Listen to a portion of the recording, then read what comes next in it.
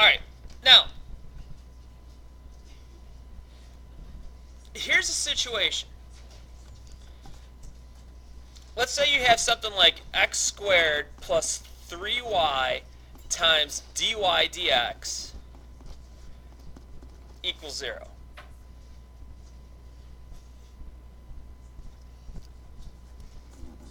This is called a differential equation because it's an equation that has a derivative in it.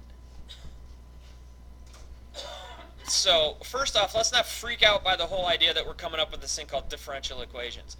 Differentiation is about derivatives, correct? Whenever you hear the word differential or differentiation, think derivatives. So, if we're talking about a differential equation, we have an equation with a derivative inside it already. So, we're dealing with this, and the neat thing about this is we can separate the dy dx. We can separate it, we can basically treat it like a fraction. So we can treat dy dx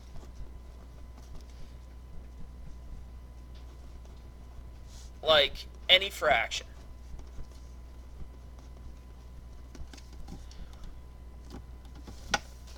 And we want to use the idea that we can integrate anything with dy in it as long as all this stuff is a function of y, or anything here with, we can integrate it with dx if all that stuff is a function of x. So what we want to do is we want one side to have all our y's in a dy, and we want all the other stuff on the other side to have all the x's in the dx. So this is where this whole idea of separation of variables is going to take place. We're going to want to put our x's on one side, our y's on the other side. Now, in this case, I already have 3y times dy dx. So I'm going to actually subtract off an x squared from both sides. So I'll get 3y times dy dx is equal to negative x squared, or the opposite of x squared. Everybody okay with that? That's just a nice, easy, straightforward algebra move. We're not solving for dy dx. Right now we're just separating. That's all we're doing. We're isolating y's, the y's and the dy's, and the x's and the dx's. Now, since this dy dx can be treated like a fraction, I'm going to multiply both sides by dx. So what's dx divided by dx? Well, what's anything divided by itself? 1. So it divides itself out, and I'm left with, on the left-hand side, 3y dy equals the opposite of x squared dx.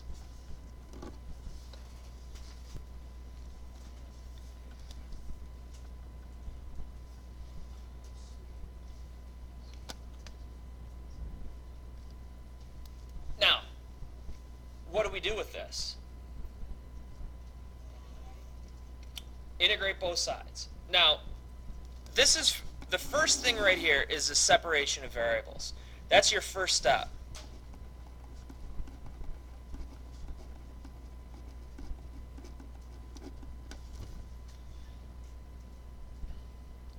Now, what we want to do is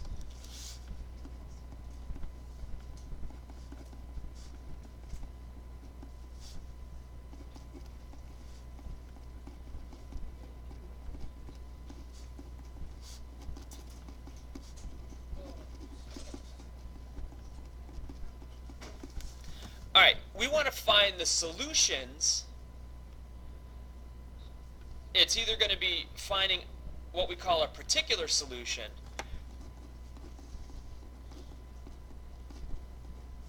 it's going to be particular if we have initial conditions. Basically, if we're given an x and a y.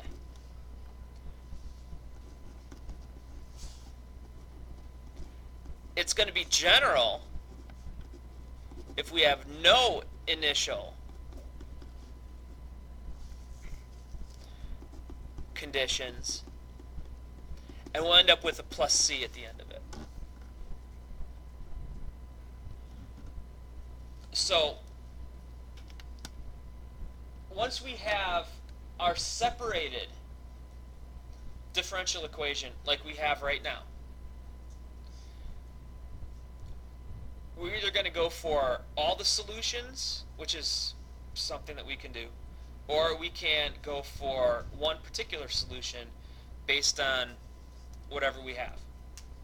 Now, here's what we do. We take this, we integrate the 3y dy, and set that equal to the integral of the opposite of x squared dx.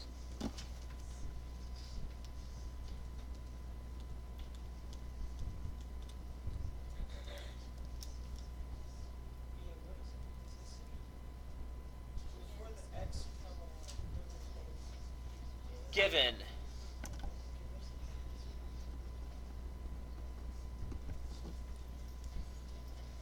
now, what's the integral of 3y? Yeah, 3y squared over 2.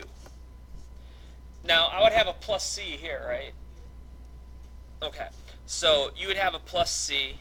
I'm going to call it plus c1 because it's on the left-hand side.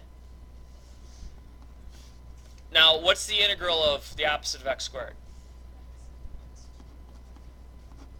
All right, negative x cubed divided by 3 plus c2. Now, I'm going to show you something that's really kind of fun with that we can do with the constants. Do I know what this constant is? Do I know what this constant is? I'm going to subtract c1 from both sides, but since I have no idea what they are,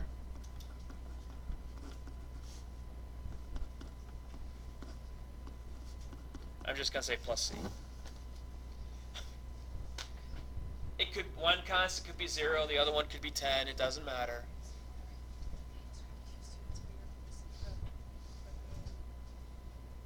Quick. Okay, Darlene, Megan, and Bethany. You're all busted.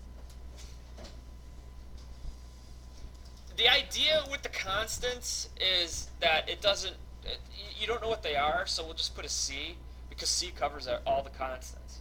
So whatever constant you get over here, we just move it over to here. When I had this, I used to have c1 plus c, I'd have to write c1 plus c2 and all sorts of craziness. It doesn't matter. You're just going to slap a constant at the end of it, so it's going to be plus c at the end of it, because we don't have initial conditions at all. Now, in this case, we do the best to solve for y. I would multiply by 2/3. So I multiply that by 2/3, this by 2/3. So I'll get y squared is equal to negative 2x cubed over 9 plus, well, what's 2/3 times our constant? Do we even know? It's still c. That's another thing. C is like the sponge. It just absorbs everything. You could subtract the constant from the constant, multiply it by another constant. Is 2/3 a constant? Yeah. So it just all gets dumped into the sea. Kind of like trash off of a ship. Just gets dumped into the sea. That's what we... Outside of 15 miles. 15 miles off in international waters, you can do it. That's a law. So now, this is what we call a general...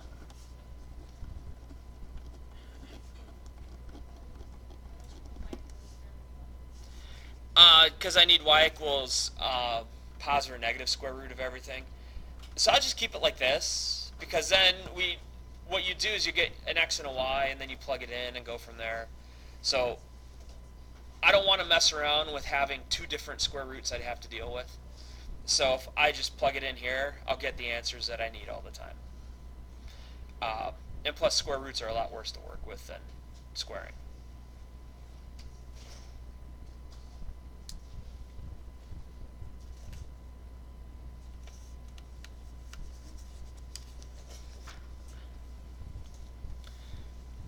Now,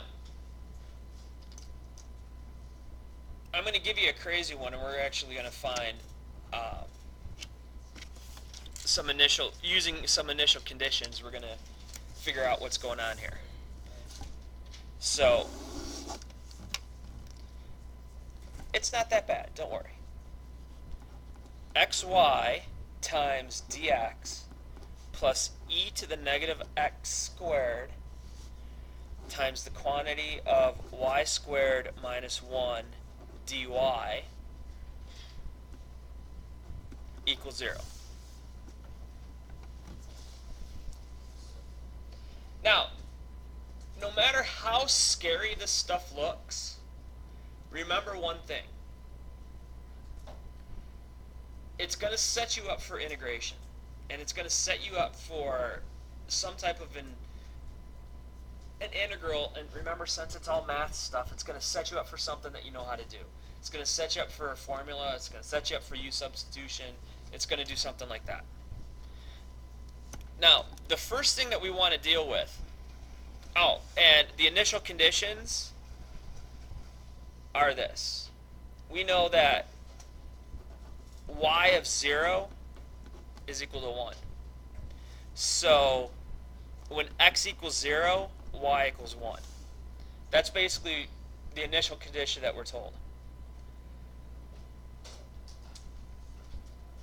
But what we have to do first is we have to separate everything. So let's go ahead, and since I already have dx times a bunch of stuff and dy times a bunch of stuff, let's get them on separate sides. And what I'm going to do is I'm going to keep my dy's on the left because I want y equals eventually. And I'm just going to move these guys. So I'm going to subtract xy dx from both sides. So I'll get e to the negative x squared times the quantity of y squared minus 1 dy is equal to negative xy dx.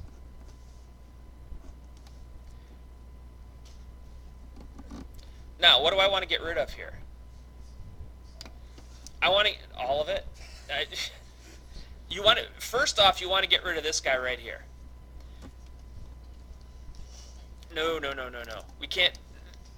We're just doing algebra right now. We're just moving stuff. So right now we're basically like furniture movers. So I'm going to divide by e to the negative x squared. And there's e to the negative x squared. And what do I want to get rid of over here? Y. So can I do this? Divide that by y and divide this by y? So basically, I divided this side by e to the x squared, or e to the negative x squared, e to the negative x squared, and I divided this by y. So these two things go away over here, and these two things go away over here. So I'm left with y squared minus 1 over y dy is equal to, now, I have e to the negative x squared in a denominator. Can I move that and change an exponent? E to the x squared. Because remember what a negative exponent tells you to do. It says move it and make it positive. So this becomes negative x times e to the x squared dx. Can I simplify this side anymore? I can divide both of these terms by y, can't I? Well, what's y squared divided by y? What's 1 divided by y? 1 over y. That side seems set up for integration. And that's equal to negative x times e to the x squared dx. Now, what do I want to do? I want to integrate. I'm going to put the integral sign right there. Now, what's the integral of y? Y squared over 2 minus 1 over y. What's that integral? Natural log of the absolute value of y. Absolutely. Now, do I have e to the x?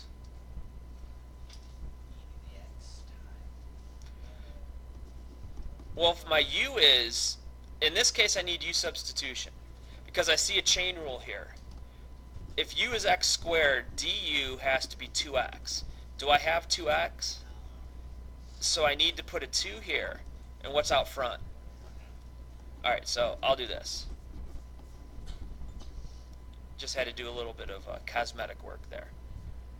So now I can actually integrate this. So what's the integral of e to the x squared? E to the x squared. Since I set it up to where it works out all nice and neat, this is now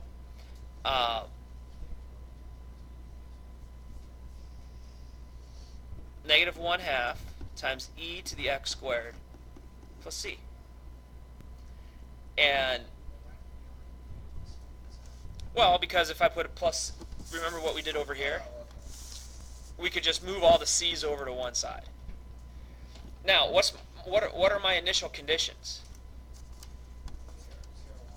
Yeah, y is 1, x is 0. So I did this, and so I successfully integrated. First, I separated everything, then I integrated. Now what I'm going to do is I'm going to use the initial conditions. Y is 1, x is 0. So I'm going to plug in for y a 1 every time I see a y. So I'm going to get 1/2 minus the natural log of the absolute value of 1 equals negative 1/2 e to the what power? 0 plus c. Because x is 0.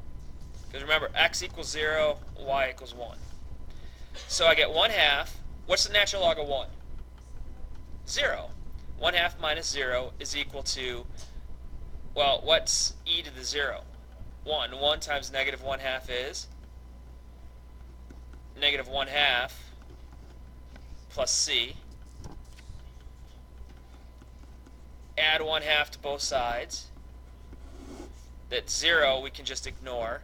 What's a half plus a half? 1. So 1 equals c.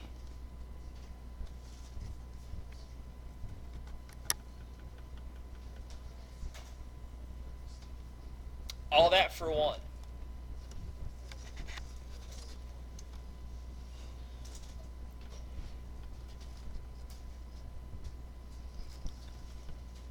Now, welcome to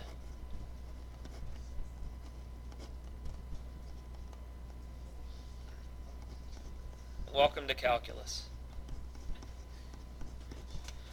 All right. Now, we still got some time. Here's what your book did next. Just to let you in on a little secret here. This is, I got this example out of your book, so if you had the book open and you could have followed exactly what was going on. What your book did is it moved everything over to one side and put all the numbers on the other side. So if we do that, I have to add that over here and get y squared over 2 minus the natural log of the absolute value of y plus 1/2 e to the x squared is equal to 1. Now, all I did was I added this guy to the left side. So I just added 1/2 e to the x squared. Now, also your book said it doesn't like fractions.